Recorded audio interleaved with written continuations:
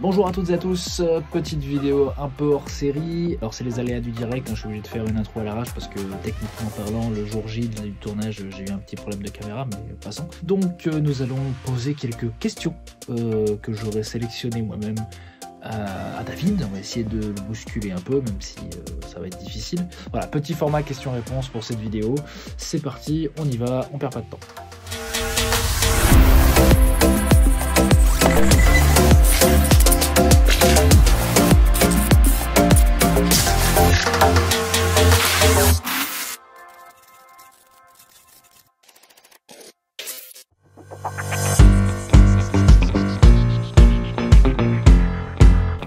Ma première activation du coup, c'était chez Grandmaster Tsai à Chicago pendant cette initiation de 3 mois. Alors évidemment, j'ai pas dû attendre la fin des 3 mois pour que ça arrive. En fait, c'est arrivé, je pense, au bout de 2 ou 3 jours. Et donc le corps commence à trembler, l'énergie circule, tout. C'était vraiment la première fois en fait que je ressentais concrètement l'énergie. Avant ça, j'étais un gros cartésien, même si j'avais été voir des magnétiseurs, tout ça. Voilà, plein de choses un peu dans ce registre, mais j'avais jamais vraiment pu affirmer que l'énergie existait, tout ça. Donc voilà. Et lorsque j'ai eu cette première activation, effectivement, là, mon mental a commencé à dire bah ouais, je suis cartésien, mais j'ai pas le choix de croire en fait, parce que là, clairement, voilà. Donc chez le grand maître, c'était en 2018.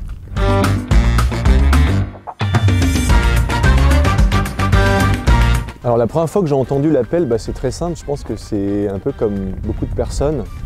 Lorsque tu découvres le développement personnel, tu vois, et là tu te dis putain, c'est quoi, t'as l'impression que tu as rencontré Morpheus et qu'il t'emmène dans un monde que personne connaît et tout, et tu as envie de le crier sur tous les toits. Donc c'était relativement tôt, vers je crois 16 ans, 15-16 ans. Sauf qu'à cette époque-là, je me sentais absolument pas légitime, j'avais beaucoup de peur, beaucoup de doutes, puis en fait j'avais surtout encore rien accompli. Et j'avais pas envie de ressembler à tous ces escrocs qui te vendent des théories, tu vois, comment avoir confiance en moi alors qu'ils n'ont pas confiance en eux, ou comment être riche alors qu'en fait ils n'ont pas gagné un rond et tout. Donc la première fois que j'ai eu l'appel, voilà, c'était à 16 ans.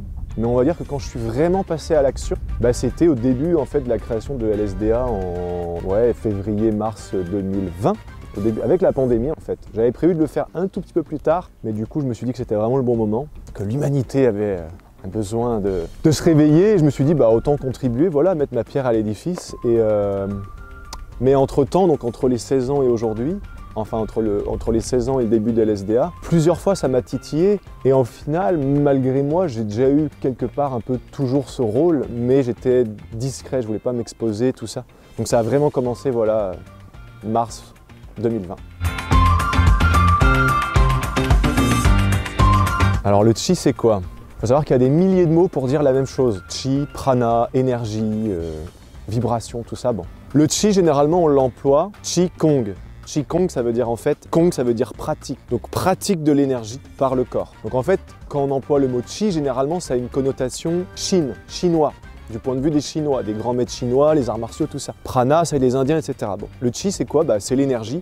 Et généralement, je comprends le sens de ta question, c'est quoi le chi?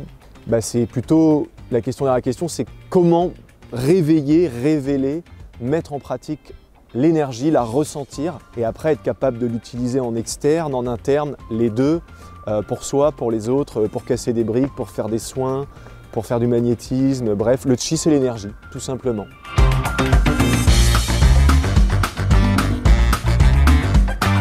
Alors, je veux bien essayer et la lancer sur ta caméra, mais c'est pour ta poche. Non, plus sérieusement, à un certain niveau, oui, on peut en fait diriger l'énergie, la condenser, tu vois, expand and condense, pour ceux qui sont venus à nos workshops, ils connaissent.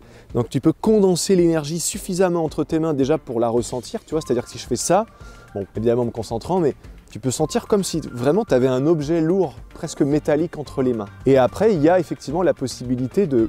Tu vois, tu prends l'énergie, donc le chi externe, tu le ramènes en toi et tu peux l'expulser. Donc tu peux potentiellement blesser, voire tuer à distance. Alors il y a beaucoup de fakes sur YouTube avec tout ça évidemment, mais tu vois par exemple des maîtres, des grands maîtres, tout ça qui par exemple mettent feu à des bouts de papier et tout, bref. Mais ça, tu vois, c'est une façon de, comme tu dis, de lancer cette boule d'énergie. Mais attention, plus de 95% je pense de ce qu'il y a sur internet et tout, ça va souvent être du fake, mais voilà, condenser l'énergie et après l'envoyer dans les arts martiaux par exemple pour un but de se défendre ou simplement d'attaquer, ou d'une manière disons plus intelligente pour pouvoir soigner. Un magnétiseur en fait il accumule de l'énergie et d'une certaine façon, comme s'il accumulait une boule d'énergie, et il l'envoie dans le corps de son patient, quoi. Donc, mais voilà, c'est une question à laquelle il y a une infinité de réponses.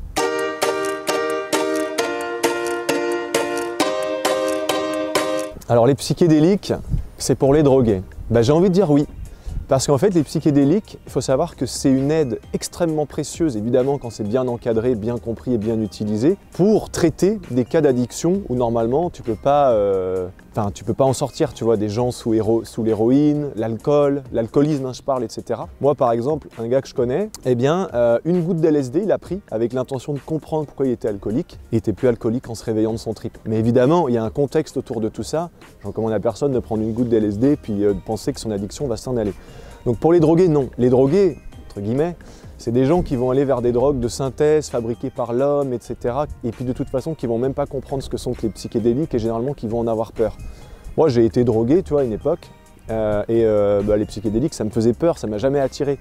Et c'est quand j'ai commencé de moi-même sans psychédéliques à me détourner de tout ça, finalement les psychédéliques sont apparus dans ma vie comme une aide spirituelle, on va dire, un accélérateur et aussi un révélateur très puissant et très profond. Donc oui et non, pour répondre à ta question.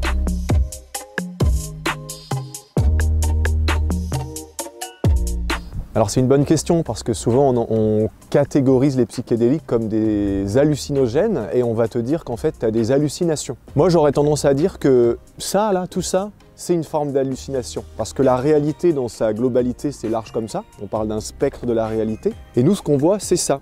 Et donc quand tu prends des psychédéliques, d'une certaine façon oui tu hallucines parce que tu étires le champ de la réalité. Par exemple, on s'est prouvé qu'à l'œil nu on ne voit pas toutes les couleurs. Et avec les psychédéliques, tu vas voir beaucoup plus de couleurs que tu ne vois pas en temps normal. Donc on pourrait dire, je vois des choses qui n'existent pas, donc j'hallucine. Mais en fait, il faut prendre le truc à l'envers. Là, peut-être que là, on est en train d'halluciner parce qu'on a une version très limitée de la réalité. Alors qu'en réalité, quand tu prends des psychédéliques, tu es beaucoup plus dans la réalité globale de la vie que ça. Voilà.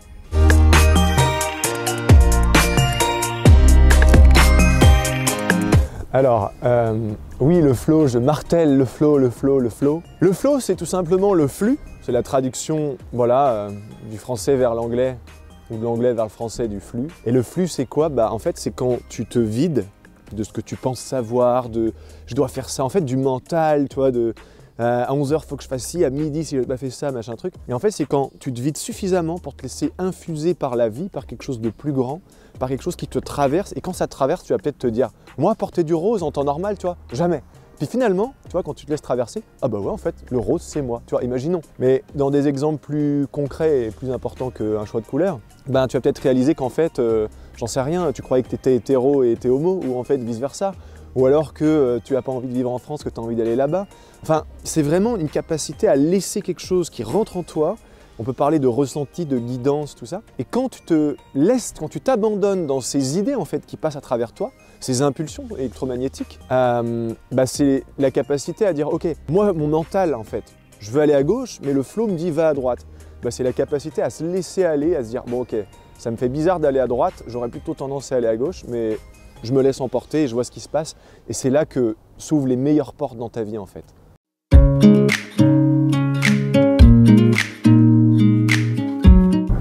Alors, c'est une bonne question.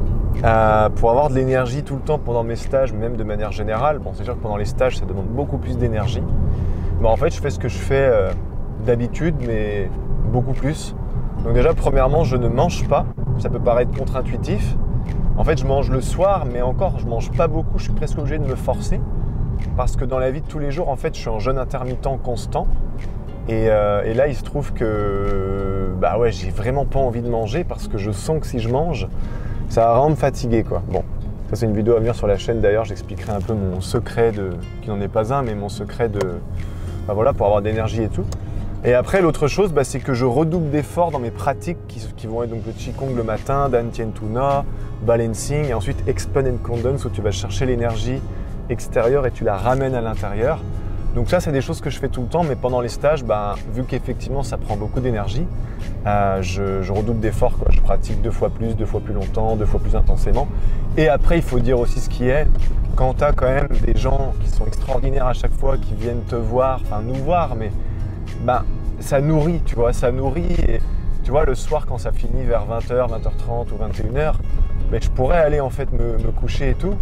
Mais en fait, j'ai juste envie de rester. Donc des fois, je vais me coucher à 3 heures, je me lève à 8 heures. Et bah ouais, quoi, c'est voilà, l'énergie globale à l'extérieur, tu la prends, tu la ramènes à l'intérieur et il n'y a pas de raison d'être fatigué, quoi.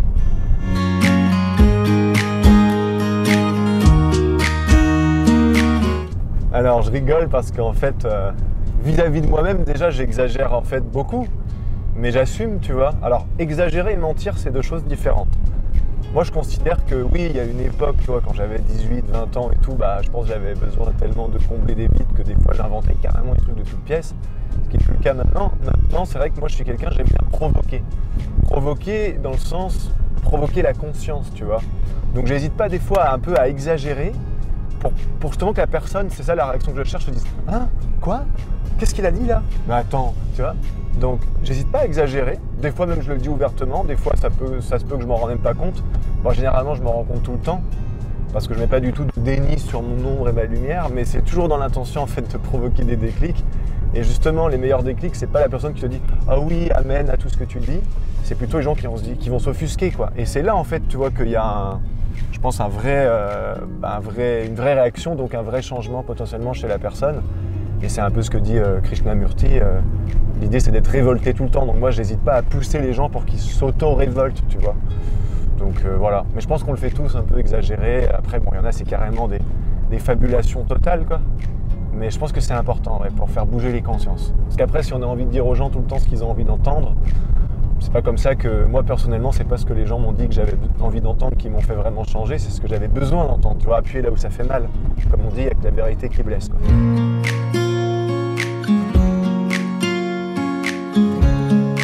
Alors j'espère que je suis autorisé à tricher parce que là je risque de dépasser un tout petit peu les 1 minute 30 autorisées.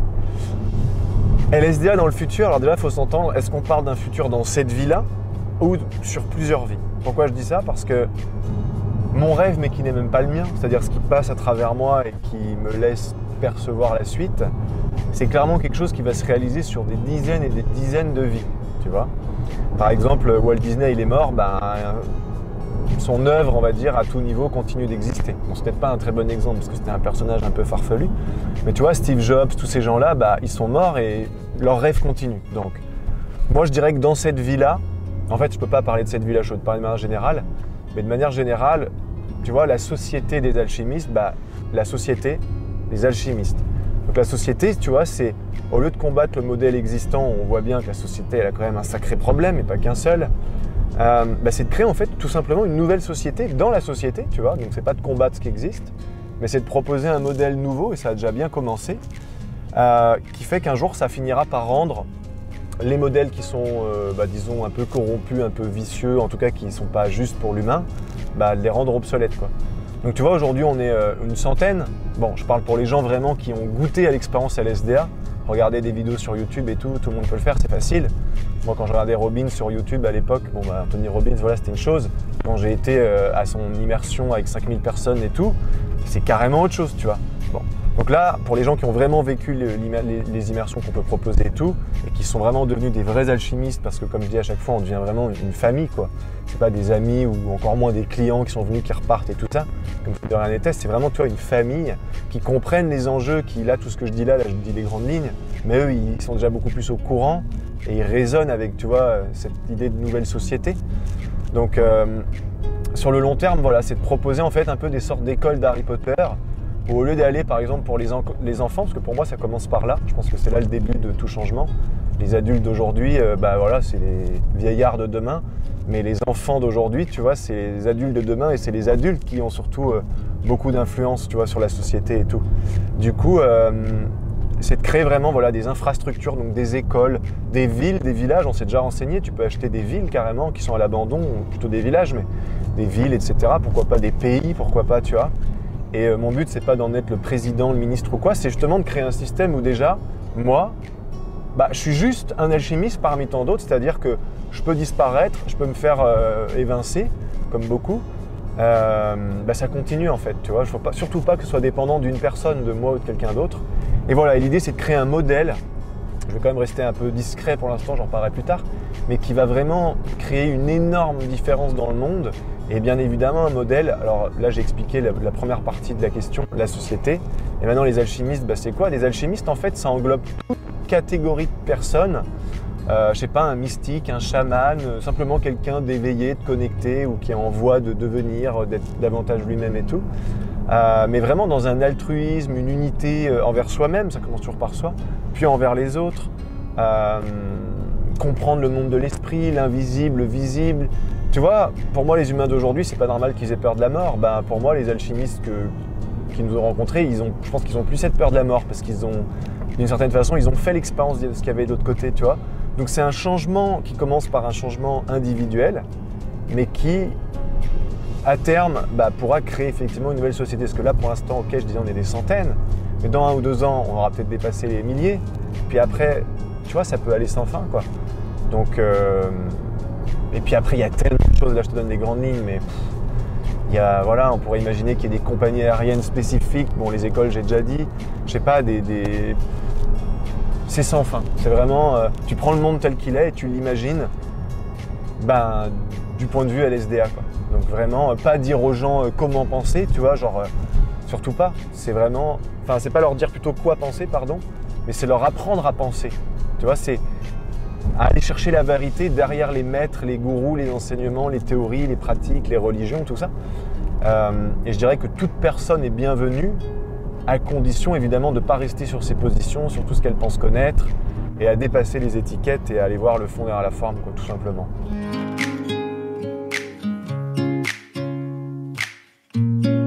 Eh bien voilà, les amis, j'espère que vous avez aimé cette vidéo. Pensez à mettre un petit pouce vers le haut, surtout si tu as du mérite et que tu valorises la capacité à la fois répondre à des questions, essayer de fixer l'objectif tout en conduisant. Tu peux aussi poser tes questions, tes commentaires, tes observations.